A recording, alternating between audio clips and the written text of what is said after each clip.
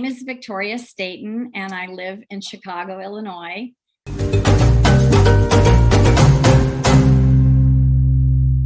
Hello, everybody, and welcome back to the Herstory TV and the Herstory podcast. This is Gertrude Mache here in beautiful Wellington, New Zealand. Today, I am graced with the presence of yet another fascinating entrepreneur coming to us all the way from the United States. Welcome to our tribe. Please tell everybody your full name, where you're based, how old you are, and share your story with us today.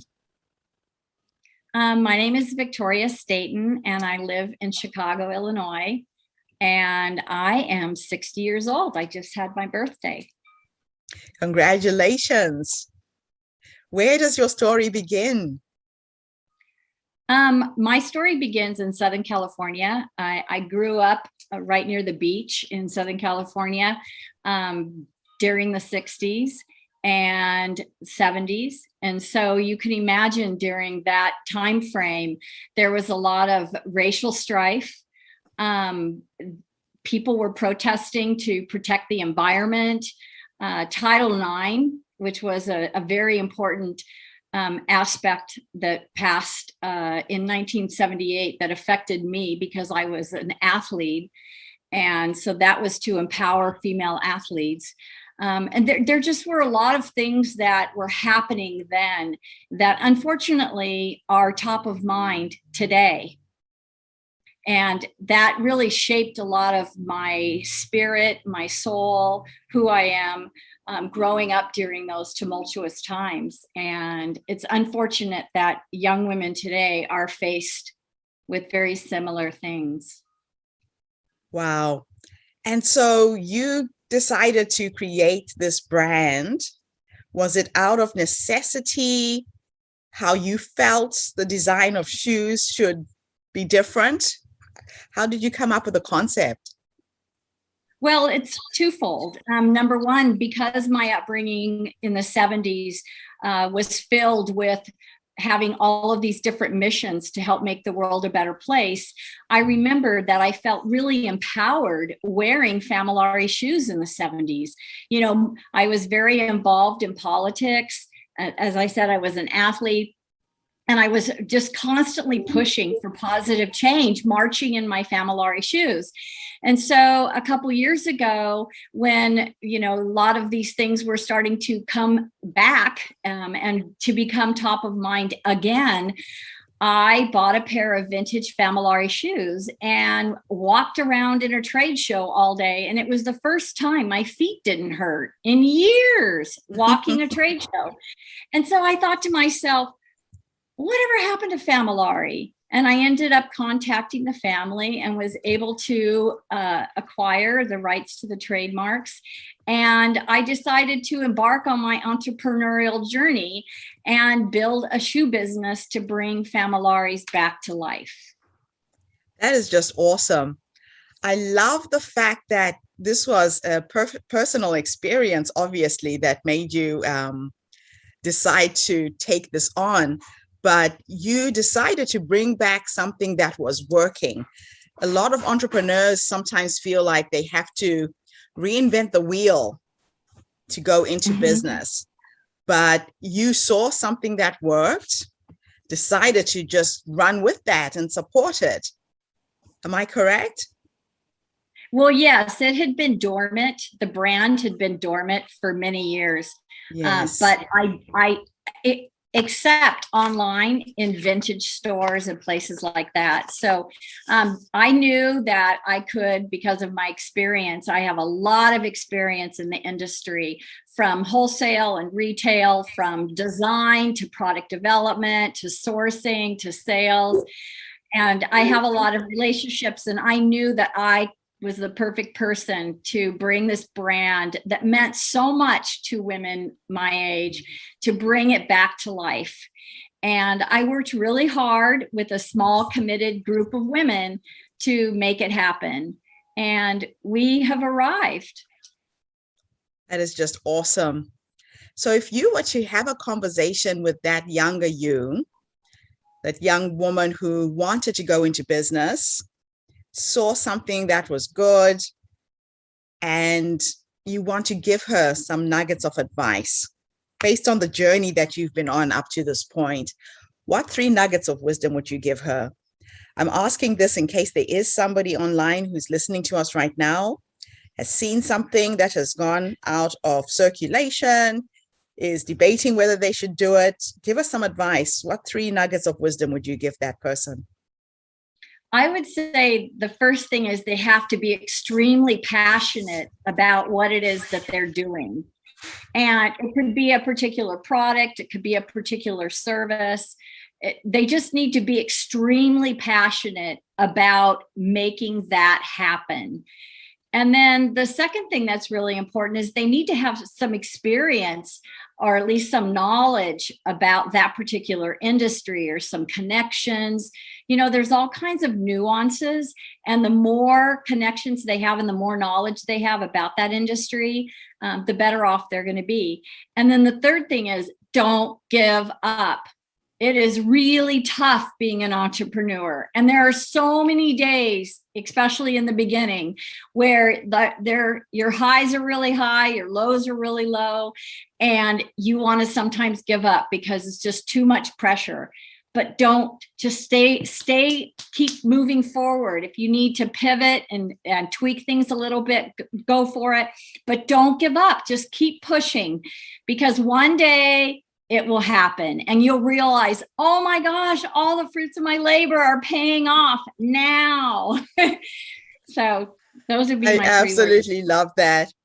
Now, before we started talking, you and I had a bit of a conversation about our past and our belief systems and our fathers. You grew up in a home where anything was possible. A lot of people don't have that. What advice would you give someone who's coming from a background where they've been told you're stupid, you can't do this, who haven't been nurtured into seeing and believing in the impossible? You've brought up 2 daughters. How did you bring up your girls? Well, first of all, I think it's really important to understand that when someone tells you something that doesn't resonate with your heart, don't take what they're saying with more than a grain of salt, because most of the time people are merely projecting their own value system. You know, it's how they feel about themselves. It's not how they feel about you or what they think about you. So don't listen to them. I know sometimes it's challenging when you have someone in your life, especially someone you love, who tells you that you can't do something, but it's not true. Anything is possible if you set your mind to it and persevere and practice. And if you believe in yourself that you can do it, just ignore that person that's telling you that you can't do it. People often put other people down or say things negative to somebody else because they're projecting their own self-belief, their own view of what they can personally accomplish. It has nothing to do with you. So don't take it personally and don't listen to them. Sometimes it's easier said than done, Victoria. Sometimes it's easier said than done. But you're right. It's more about them than you. Yes. And my mom always said, no one can make you feel something you don't already feel yourself. And so again, just don't listen to them and don't take it personally. And if they say something, say, well, you know, that's your belief, but that's not my belief. And then, you know, you just fake it till you make it. And, you know, that's another one of the things. When my kids have come to me and said, Mom, I don't know how to do this, I don't know how to do that. And I said, number one is try. You know, if you don't try, then you're never going to know if you can't do it or can do it. And so you have to try, and you have to put your best foot forward and just take one step at a time. And that's how you learn how to do it, by putting one foot in front of the other. And then you finally feel like, oh, I could sort of do this. And then you start faking it till you make it, you know? And that's so true. And that's actually been the motto of my life. You know, people say to me, Gertrude, how did you become an author? And I just did it. I wrote 1 page, it turned into 2 pages. The next thing you know, I've strung together 250 pages of text. Fake it till you make it does work. It really does. Now, Absolutely. And then when people start recognizing you for being good at whatever that thing is, that just helps feed your spirit and drives you to be better and better and better and better at it. You know, Michael Jordan was told he would never play basketball. And look what he's accomplished. And there are so many really incredible people who were told they couldn't do something and turned around and showed the world that they could, and that they could be better at it than anybody else. I love that. Now, as an entrepreneur, it's important to give back. What does your organization do in that vein? Do you have any social impact projects that you support, business-wise or personally? Well, as I mentioned before, I belong to 2 mentoring organizations. So I mentor people that are looking to start a new business. I have lectured at conferences about bringing products to market and things like that. And in terms of the business itself, our whole business model is about giving back. We support women and, you know, to help them to become powerful within and empowered within our organization. And then at the same time, we're doing everything that we can to have the most sustainable fashion brand. So we work with factories that pay living wages. That's really important to us. We work with a community down in Mexico so that everything comes from within that community. And so all, you know, to help all of those people be employed and, you know, to contribute to the environment. We've worked with schools, a school down there for disadvantaged children. We've tried to do everything that we can through our business to make the world a better place. I love it. I absolutely love it. And why is it important for us to share these stories, do you think, as entrepreneurs and as change makers?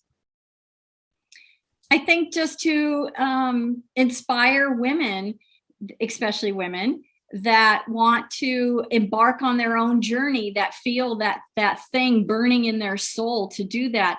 But they just need that little nudge, you know, they just need that little spirit, you know, somebody's going to light a spark, and who knows who that person is or why that particular person lit that particular person's spark. But man, if we reach out enough and if enough people light those sparks, we're not going to have, you know, 3% CEOs of you know, Fortune 500 companies being women. We should be 60%, 70% of women CEOs. Yeah, diversity and inclusion is a big thing at the moment in most organizations. And I think as women, it's also our responsibility to make sure that we are fully represented when we create our own companies, to bring about that imbalance that we are seeing in the world. So I'm going to end my interview with you with this last question. If time was an illusion and your past, your present could exist in the same timeline, and you could have a conversation with the future you at the age of 120, with these shoes, I think you'll probably live forever.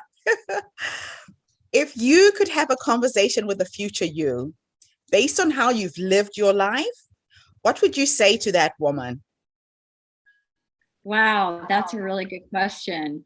I would say just keep pushing forward. I know that I'm going to be 90 years old and I'm still going to be out there marching and working and, you know, trying to contribute to the world. My mother just laid at the age of 84 a 500 paver patio by herself. Oh, wow. And so I have a lot of inspiration. She inspires me to be like her. So I would say just have that as a role model to my future self and just keep marching towards that goal. I love that. What a beautiful way to end our interview. Thank you so much, Victoria, for coming online today and inspiring us with your story. It's an absolute pleasure to meet you, know about your brand now, and now hopefully people in New Zealand, Australia, and other parts of the world will too. And where can people buy these shoes? Is it an online store? Yes, we sell them online, familare.com. Excellent. Famolare, familare.com. I'll definitely put the link with this interview and in the magazine. But thank you so much for being with us today. And thank you to everybody who's tuned in. I will be back again tomorrow with yet another fascinating story. This is Gertrude Mache here in beautiful Wellington, New Zealand. Have a fantastic day wherever you are in the world. Bye for now. Thank you, Victoria. Thank you. Bye.